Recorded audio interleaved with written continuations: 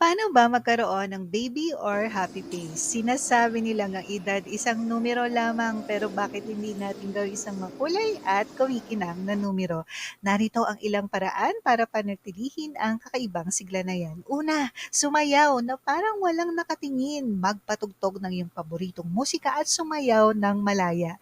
Umataw, mag-enjoy at damhin ang enerhiya na dumadaloy sa iyong katawan. Pangalawa, throwback time na may pagkakaiba. Sa halip na balikan ang nakaraan, balikan at gawing mas makulay ang mga iconic na sandali. Kumuha ka ng larawan ng nakaraan at dagdagan isang modernong twist. Sino ba nagsabing hindi mo kayang balikan ang nakaraan kahit sa spirit man lang? Pang-tatlo, araw ng pag-aalaga sa sarili tuwing linggo.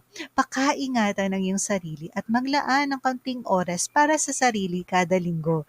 Maging ang isang bubble bath, face mask, or simpleng pagbabasa ng paboritong libro ay maaaring magpasigla sa iyong araw. Sa huli, ang kasiyahan ang pinakamagandang sikreto sa kagandahan. Pang-apat, magbahagi ng ngiti, hindi wrinkles ha. Ang pagtawa o pagngiti talaga ang pinakamabisang gamot. Ibahagi ang iyong paboritong mga biro, nakakatawang mimis, o mga nakakatuwang mga kwento.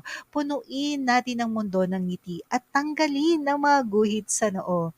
Panglima, ang pag-explore ng mundo o bagay ay naghihintay sa'yo. Sino ang nagsabi na ang pakikipagsapalaran ay para lamang sa mga kabataan?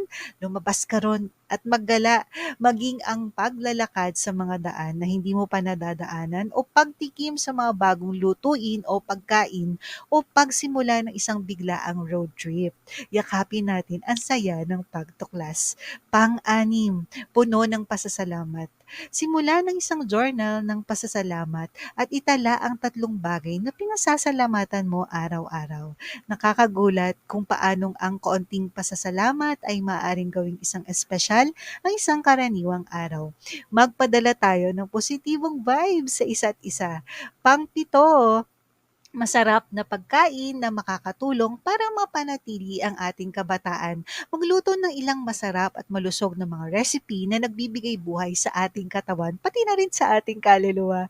Ibahagi ang iyong mga niluto sa mundo at magbigay ng inspirasyon sa iba na kumain ng masustansya, mabuhay ng malusog, at manatiling bata sa puso.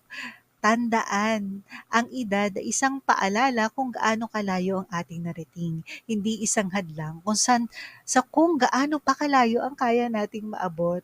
Yakapin natin ang bawat araw na may bukas na mga bisig, isang mausisang isipan, at pusong puno ng kabataang sigla.